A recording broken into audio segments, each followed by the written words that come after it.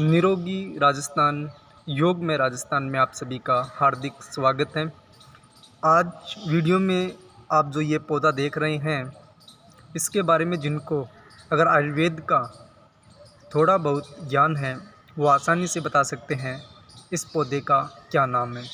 जी हाँ दोस्तों, आज हम बात करने जा रहे हैं भूमि आंवला या भुई आंवला। इसके क्या क्या फ़ायदे हैं और किस प्रकार से हम प्रयोग कर सकते हैं इसका। इसके अलावा इसके प्रयोग में कौन कौन सी जो सावधानियां हैं वो रखनी ज़रूरी है, इन सब बातों के बारे में आज हम चर्चा करेंगे। बरसात के मौसम में सहज रूप से जहाँ भी मिट्टी है वहाँ पर ये पौधा आसानी से उपलब्ध हो जाता है। एक चमत्कारिक औषधि है और बिना किसी शुल्क के, मतलब हम चिकित्सक वगैरह से, डॉक्टर वगैरह से दवाइयाँ वगैरह लेकर आते हैं, लेकिन ये जो पौधा है वो सहज रूप से हमें अपने आसपास उगने वाली विभिन्न प्रकार की घास में से मिल जाता है। आप गौर से देख सकते हैं इस पौधे को। ये देखिए, बिल्कुल आंवले की तरह ही जो पत्तियां होती हैं वैसी पत्तियां हैं, और ये बिल्कुल नीचे छोटे छोटे ये बीज से इसमें लगे हुए होते हैं। इस पौधे की पहचान अब आप आसानी से और सहज रूप से कर सकते हैं। ये जो पौधा है, इसके पत्ते, इसके जो डंठल हैं जिसको तना अपन कहते हैं, और इसकी जो जड़ें हैं, जड़ें आप देख रहे होंगे नीचे, आपको आराम से जड़ें दिख रही होंगी, ये काफ़ी उपयोगी हैं। आज के इस वीडियो में हम चर्चा करेंगे कि इस पौधे के जो औषधीय उपयोग हैं वो क्या क्या हैं। सबसे पहले अपन शुरुआत करें तो आजकल वात रोग हैं, जिसके कारण हड्डियों में दर्द वगैरह होना, जॉइंट में खिंचाव, तनाव आदि का होना, ये हर उम्र के व्यक्तियों को, चाहे वो बच्चे हों, बड़े हों, बूढ़े हों, सबको ये जो जॉइंट पेन है आदि की शिकायत देखने को मिलती हैं। हर उम्र के व्यक्तियों में ये समस्याएं हैं। तो आज हम चर्चा करेंगे कि वात रोगों को नियंत्रित करने के लिए, जॉइंटों में होने वाले दर्द को कम करने के लिए किस प्रकार से हम भूमि आंवला का उपयोग कर सकते हैं। इसके अलावा अपन बात करें बदलते मौसम के साथ घटते इम्यूनिटी पावर की। आपने देखा होगा कि आजकल के बच्चों में जब भी मौसम परिवर्तन होता है, चाहे सर्दी से गर्मियों का मौसम हो या गर्मी से सर्दियों का मौसम हो, तो उनमें सर्दी जुकाम वगैरह, बुखार वगैरह आदि समस्याओं देखने को मिलती है, तो उसमें भी ये काफ़ी फ़ायदेमंद है। इसके अलावा बात करें लीवर के लिए। जी हाँ दोस्तों, लीवर के लिए, लीवर में होने वाले सूजन, लीवर की घटती हुई कार्य क्षमता आदि में भी ये काफ़ी फ़ायदेमंद है।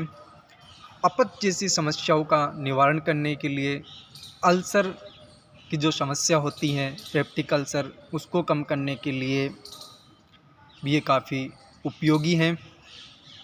जिनको पथरी है, आजकल पथरी की समस्या बदलते खान पान के कारण कम उम्र में युवाओं को भी पथरी की जो समस्याएं हैं वो देखने को मिलती हैं, तो उसकी समस्या को दूर करने के लिए इसका किस प्रकार से उपयोग कर सकते हैं, इसके बारे में भी हम चर्चा करेंगे। इसके अलावा और भी इसके काफ़ी फ़ायदे हैं। जिनको मूत्र विकार वगैरह है उनके लिए भी फ़ायदेमंद है, जिनको शुगर है, हाई बीपी है, उनके लिए भी इसके काफ़ी फ़ायदेमंद है। अब बात चलती है कि इसका किस प्रकार से हम प्रयोग करें। तो जब भी हम किसी नई औषधि के बारे में फ़ायदे सुन लेते हैं तो हम बिना सोचे समझे विचार किए उस औषधि का प्रयोग करने लग जाते हैं। तो आज की वीडियो को आप पूरा देखें। विभिन्न प्रकार के रोगों में और बीमारियों में हम इस पौधे का उपयोग किस प्रकार से कर सकते हैं, इसके बारे में हम चर्चा करेंगे। जैसा मैंने आपको बताया कि आप इसकी पत्तियां हैं, तना है, जड़ें हैं, तीनों को ही औषधीय रूप में प्रयोग आप कर सकते हैं, और किस प्रकार से आपको प्रयोग करना है, क्या क्या इसमें आपको सावधानियां रखनी है, इन सब के बारे में भी आपको बताऊंगा। वीडियो को आप एंड तक देखें। अगर आपने किसी भी एक छोटी से छोटी बात को या पहलू को अगर आपने छोड़ दिया है तो इसके माध्यम से होने वाली हानि के लिए आप स्वयं जिम्मेदार होंगे। जैसा कि एक तो होता है, काफ़ी लोग कहते हैं कि हम इसका जूस के रूप में प्रयोग कर सकते हैं, तो आप इसको समान मात्रा में इसके जो पत्ते हैं, तना है और जड़ें हैं, तीनों की आप बराबर मात्रा ले सकते हैं। और इसके साथ में इसके दोहरे फ़ायदे प्राप्त करने के लिए और तीव्रता से फ़ायदे प्राप्त करने के लिए आपको पुनर्नवा, जी हाँ दोस्तों, पुनर्नवा का पौधा सहज रूप से आपके आसपास में आपको मिल जाता है। और आगे की वीडियो में उसके बारे में चर्चा भी करेंगे। आप पढ़ सकते हैं या अपने घर में जो भी बड़े बुजुर्ग वगैरह हैं वो आपको बता सकते हैं कि पुनर्नवा का पौधा कैसा होता है। और आप चाहें तो गूगल पे सर्च करके भी देख सकते हैं। तो इसके आपको जो अभी पौधा भूमि आंवला, इसके पत्ते, तना और जड़ें तीनों बराबर मात्रा में लेनी है। और जो पुनर्नवा की मैं बात करने जा रहा हूँ उसके भी पत्ते, जड़ और तना तीनों को बराबर मात्रा में लेना है। और तीनों का जो मिश्रण होना चाहिए वो लगभग 20 से 30 ml तक का होना चाहिए। मतलब जो जूस इससे निकलता है वो 20 से 30 ml तक का होना चाहिए। मतलब दोनों पौधों की जो पत्तियां हैं, तना है और जड़ है, वो आपको इकट्ठी करनी है। और दोनों का जो मिश्रण होना चाहिए वो कम से कम 20 से 30 ml तक होना चाहिए।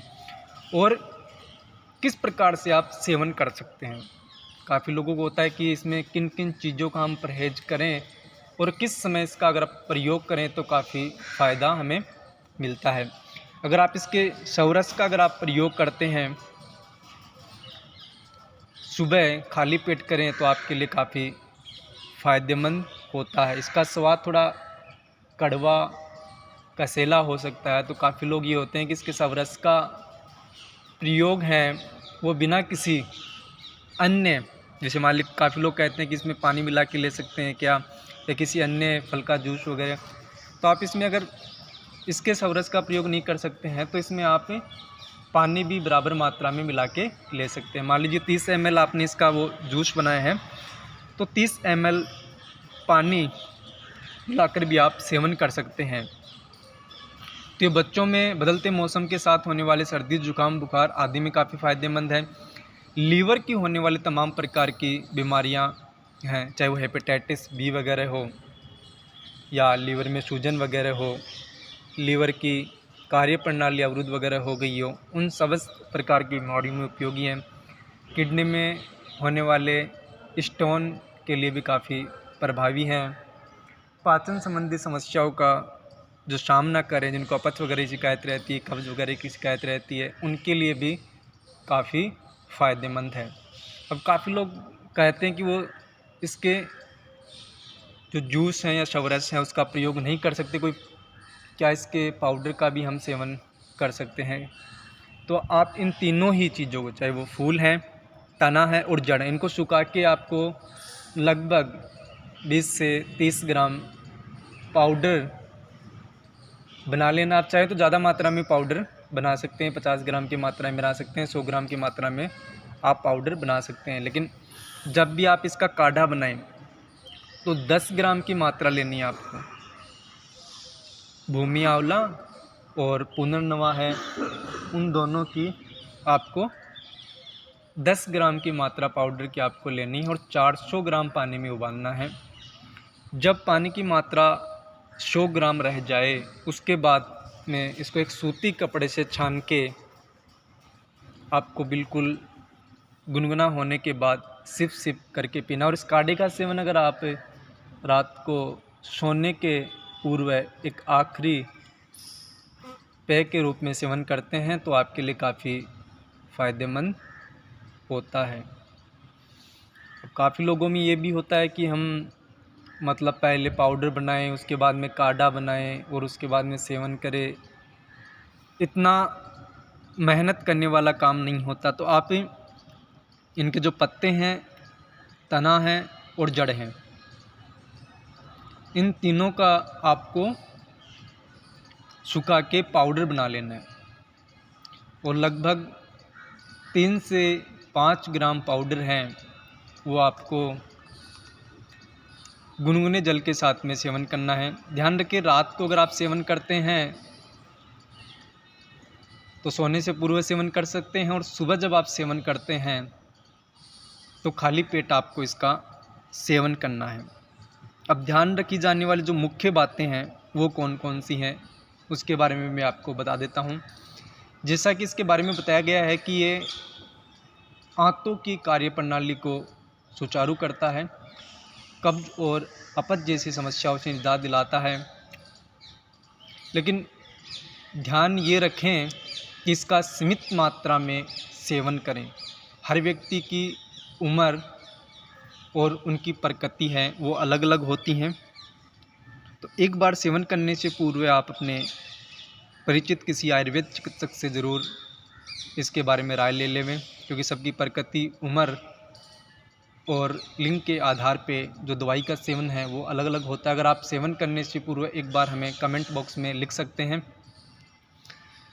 क्योंकि अगर आप इसका अपच जैसी समस्याओं में या कब्ज जैसी समस्याओं में अगर ज़्यादा मात्रा में सेवन कर लेते हैं तो आपको दस्त की समस्या भी हो जाता है, क्योंकि ये आंतों की जो क्रियाविधि है, आंतों की जो कार्य प्रणाली है उसमें सुधार है वो करता है, लेकिन ज़्यादा मात्रा में सेवन करने पे आप में दस्त लगने जैसी समस्या भी हो सकती है। तो विशेष रूप से ध्यान रखें कि जिनको दस्त वगैरह आदि की समस्या है तो इसका उपयोग है एक बार राय लेकर ही करें। दूसरी बात आती है इसमें शुगर को नियंत्रित करने की। जी हाँ दोस्तों, जिनको पहले से टाइप 2 डायबिटीज़ है और वो किसी दवा वगैरह का सेवन कर रहे हैं तो एक बार इसका सेवन करने से पूर्व राय ज़रूर ले लें, क्योंकि इसके सेवन करने से कभी कभार शुगर का जो लेवल है वो काफ़ी ज़्यादा है, वो गिर जाता है। तो ऐसा भी हो सकता है कि आप जब इस औषध का सेवन करते हैं तो आपका शुगर लेवल है वो अकस्मात गिर जाए, तो इसका सीमित मात्रा में सेवन करें। और जब भी आप सेवन करते हैं उससे पूर्व आपका शुगर लेवल ज़रूर चेक कर लें। ऐसा ही ध्यान आप हाई ब्लड प्रेशर या उच्च रक्तचाप में भी कर सकते हैं, क्योंकि कभी कभार इसकी ज़्यादा मात्रा लेने पे अचानक से रक्तचाप है वो गिर सकता है, तो ये भी आपके लिए नुकसानदायक हो सकता है। इन मुख्य बातों का आपको विशेष रूप से ध्यान रखना है। इसके अलावा जो ध्यान रखी जाने वाली बातें हैं वो हैं, आइए एक बार लाइव भी इस पौधे के बारे में आपको मैं दिखा देता हूँ। दूसरी बातें जो ध्यान रखी जाने वाली है वो हैं कि जो गर्भवती महिलाएं हैं वो इसका सेवन ना करें, गर्भवती महिलाएं इसका सेवन ना करें। इसके अलावा जो स्तनपान कराने वाली महिलाएं हैं वो भी इसका सेवन ना करें, क्योंकि काफ़ी जटिलताएं होती हैं जिसके कारण अगर आप इनका सेवन करते हैं तो आपके लिए समस्या खड़ी हो सकती है। इसके अलावा अगर आप छोटे बच्चों को भी इसका काढ़ा वगैरह आप बनाकर दे रहे हैं तो एक बार इसके बारे में आप राय ज़रूर ले लें, उसके बाद में ही आप इसका प्रयोग करें। तो आपको ये वीडियो कैसा लगा कमेंट बॉक्स में ज़रूर लिखें।